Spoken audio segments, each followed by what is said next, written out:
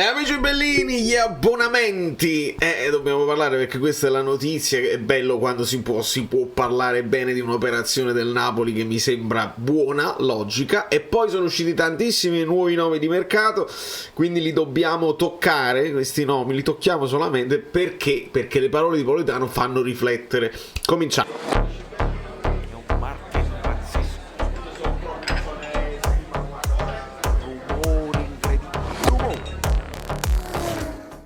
Allora, amici bellini, benvenuti.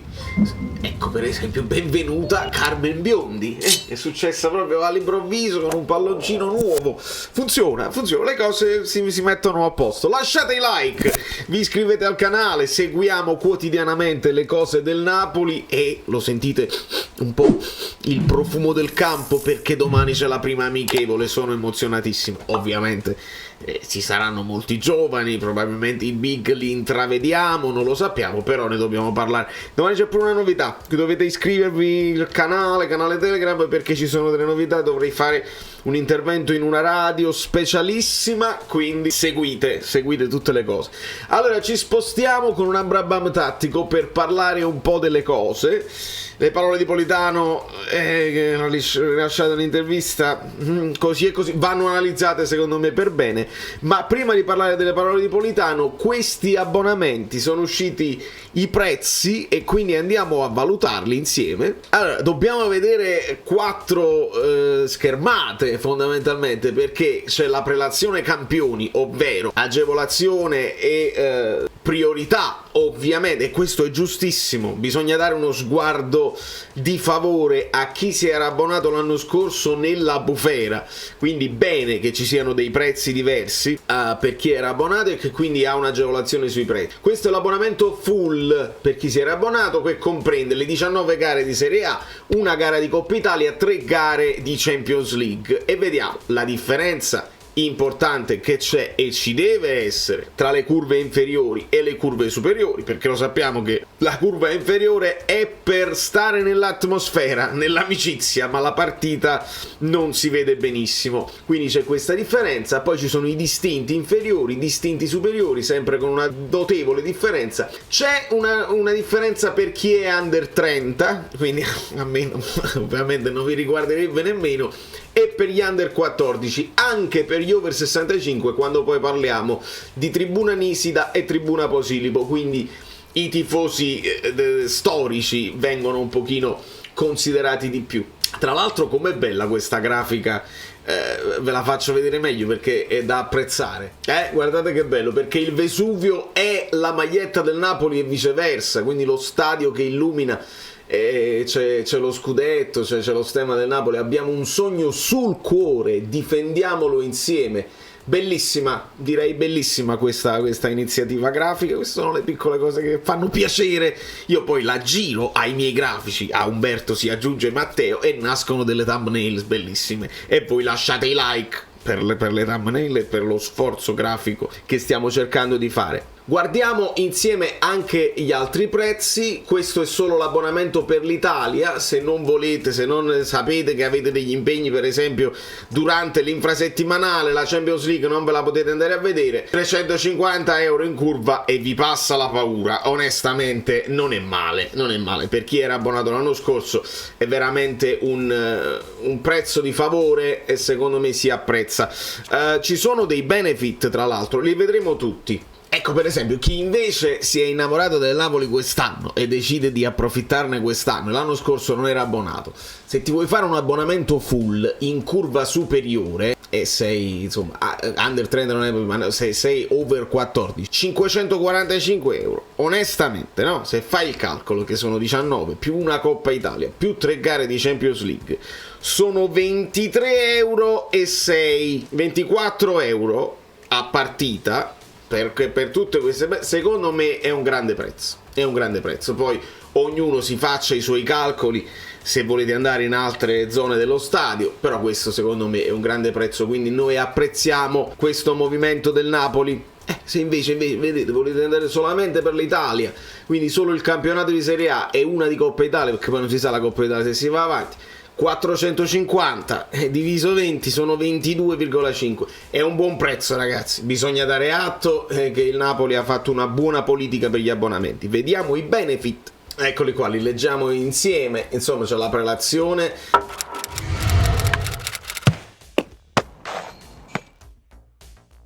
Se fai l'abbonamento Italia hai comunque una prelazione per le gare di UEFA Champions League, sì. C'hai la prelazione per le gare, sì. C'hai la prelazione per le gare di Coppa Italia, sì, più sconto del 20%. La precedenza nelle gare UEFA Away, quindi anche per le trasferte, no. Però se fai l'abbonamento full, sì. Vedete che lo sconto è compreso. Insomma, c'è anche il cambio utilizzatore, che secondo me è importantissimo per i tifosi del Napoli, perché capita l'imprevisto e vuoi mandare un amico. 10 gare se fai l'abbonamento Italia e tutte le gare se fai l'abbonamento full. Il cambio utilizzatore può avvenire solo tra tifosi possessori di Fidelity e con stesse condizioni di tariffa, e questa è una cosa logica.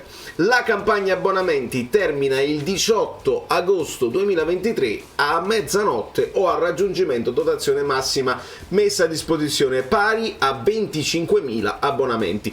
E io lancio la solita sfida al Napoli. Negli ultimi anni l'ho vinta, onestamente. Quest'anno spero di perderla, ovvero che il Napoli abbia più abbonamenti di quanti io ho iscritti. Io devo combattere con tutto sport, non con il Napoli. Quindi siamo a 17.000 iscritti, ci stiamo divertendo tantissimo, possiamo crescere, penso non ad agosto, insomma durante la stagione arriveremo a 20.000. Però il Napoli riuscirà a fare più di 17.000 iscritti, abbonati. Secondo me con questi prezzi ci si può avvicinare. Io dico un 15.000 di base verso i 20.000, insomma potrebbe avere il Napoli i 17.000 iscritti che ho io, quindi è una cosa sfiziosa che andiamo a vedere. Dopodiché, partendo da queste parole di Politano, che non sono un fulmine a ciel sereno, come ci hanno fatto capire che durante l'allenamento oggi temporale a Di Maio e quindi hanno dovuto fermarsi prima.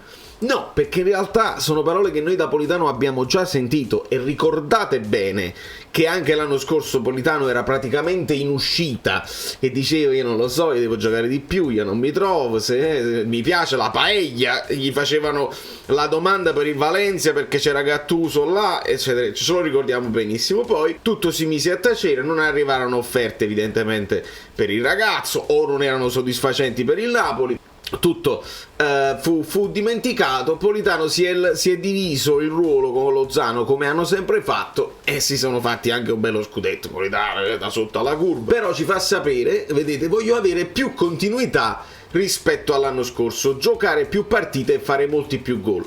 Ora, questa potrebbe anche non essere una frase dove io punto i piedi, voglio essere titolare. Voglio avere più continuità, e anche voglio dire, una richiesta a se stesso. Se io gioco meglio, se io convinco meglio l'allenatore e mi impegno anche di più e faccio faccio un po' più di vita da atleta, sono cose che so io, vedi, quindi va anche bene. Voglio avere più continuità, è giusto avere questa speranza. Futuro: ho già detto al mio procuratore, e qua si cade, ho già detto al mio procuratore, sarà lui a parlare con la società, poi vedremo se la penseremo tutte e due allo stesso modo. Queste parole mi piacciono di meno, perché io quando ascolto le parole dei calciatori si vede quelli che hanno la testa sulle spalle, hanno una certa ambizione, sanno come gestire anche i rapporti con i procuratori, con le società, con gli allenatori. Politano non mi ha mai dato l'impressione di essere questo tipo di calciatore. Il fatto che lui si affidi completamente al procuratore, non abbia un rapporto diretto, secondo me non piace manco a De Laurentiis, ma credo io. Poi ovviamente sappiamo chi è il procuratore, un procuratore che il Napoli conosce molto bene, perché è anche il procuratore che era di Yusai, che è di Mario Rui, che è di Lorenzo, insomma è il solito che ha tutte queste procure, e quindi dobbiamo vedere di cosa si tratterà. Devono arrivare offerte, se no non si muove da qua, e contemporaneamente questo ci porta al discorso: se se ne va Lozano chi prendiamo? E se se ne vanno tutte e due è un altro paio di maniche, il Napoli deve trovarne un paio là davanti sulla destra, e questo sarebbe un po' più complicato. Però se ne stai cercando uno a prescindere per essere coperto, ecco che potrebbe addirittura restare Lozano e andar via Politano. dipende tutto dal mercato che arriva. E quindi noi analizziamo questa cosa perché uno dei nomi che si sta facendo ultimamente, si dice come sostituto di Lozano, ma potrebbe anche essere a questo punto il sostituto di Politano, è Maximin, non lo so come si pronuncia, stando a quanto riportato da Foot Mercato, quanti ce ne sono, di blog che dicono la qualunque. Rudy Garcia avrebbe indicato al club anche il nome di Alain Saint-Maximin, l'esterno francese classe 1997, che nell'ultima stagione ha ben figurato in Premier League con la maglia del Newcastle. Il calciatore, che era finito nel mirino dei partenopei già nel 2019 quando vestiva la maglia del Nizza, sembrerebbe non rientrare nei piani dei bianconeri del Newcastle, così come confermato dal tecnico Eddie Howe al termine dell'amichevole vinta dai Magpies contro i Rangers. Alain è in trattative per un trasferimento, il fair play finanziario ci obbliga a fare operazioni in uscita, altrimenti rimarremmo bloccati in quest'estate, e quindi questo è un nome. Contemporaneamente, sempre sulla destra, dobbiamo tenere presente quello che è il nome di Faraoni, perché pare che è sempre più vicino la chiusura dell'affare per Faraoni. Faraoni è vice di Lorenzo, ma qualche volta può essere anche utilizzato in partite dove ti vuoi difendere un pochino di più, anche come esterno alto, perché Faraoni qualche gol nelle sue corde ce l'ha, noi ce lo ricordiamo bene purtroppo, e quindi in un momento magari in cui ti vuoi difendere di più, il Napoli lo sai che deve essere sempre duttile, e quindi Faraoni anche potrebbe essere un'idea. Faraoni ovviamente porterebbe Zanoli ad uscire dal Napoli, probabilmente in prestito, sempre per crescere, per giocare. Dopo la Sampdoria adesso sembra interessato il Genoa. Il Genoa poi mi collega a un discorso di sponsorizzazioni, perché sulla maglia del Genoa c'è MSC Crociere, la quale MSC Crociere compare anche sulla manica della maglia del Milan, quindi si stanno espandendo a macchia d'olio e stanno sponsorizzando una serie di magliette.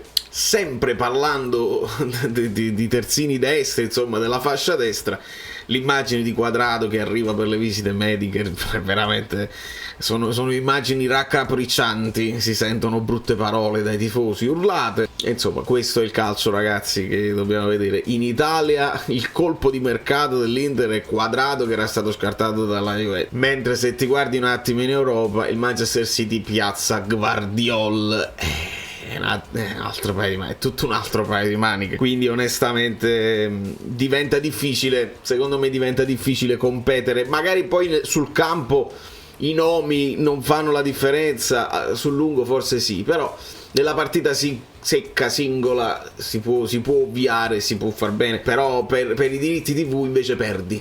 Ok, i diritti TV perdi, e quegli altri campionati sono sempre più interessanti. Parliamo di altri campionati, parliamo del campionato inglese. Ecco che torna il nome di Soumaré dall'Leicester.